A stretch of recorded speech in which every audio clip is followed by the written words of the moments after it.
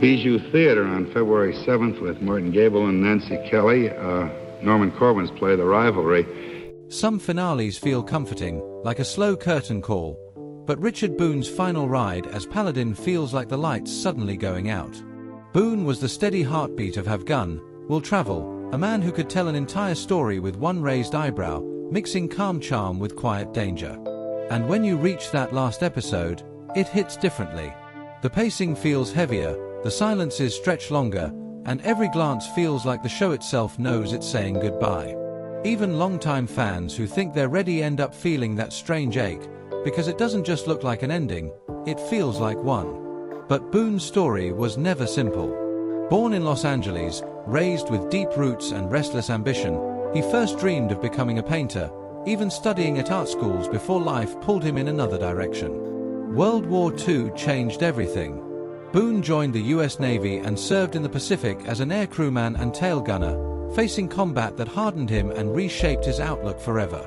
After the war, he turned to writing, then realized his obsession with dialogue and human truth was leading him somewhere else, acting. In New York, he trained seriously, learning from legendary teachers, sharpening his craft until live television and Broadway became his proving ground. Those early years were brutal, no retakes, no safety net, but Boone thrived under pressure. Hollywood soon noticed, and a screen test moment landed him a contract with 20th Century Fox, where he became known for tough military roles and intense performances.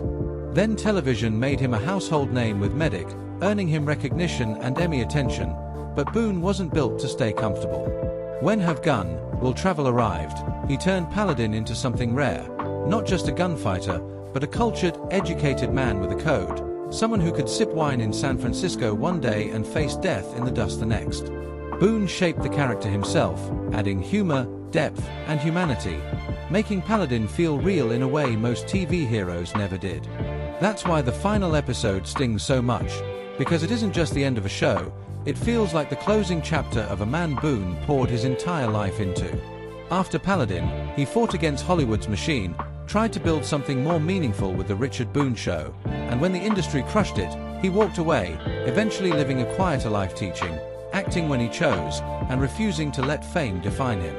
When throat cancer came, Boone refused treatment and disappeared from the spotlight, choosing dignity over pity, and in 1981 he was gone, his ashes scattered into the Pacific, like the final fade-out of a story that never needed loud applause. And maybe that's why his last Paladin episode feels so haunting, because when you watch it, you're not just seeing a character ride off. You're watching Richard Boone himself slip quietly into legend. So what about you? What Paladin moment has stayed with you the longest? A line, a look, a pause, or something you can't even explain?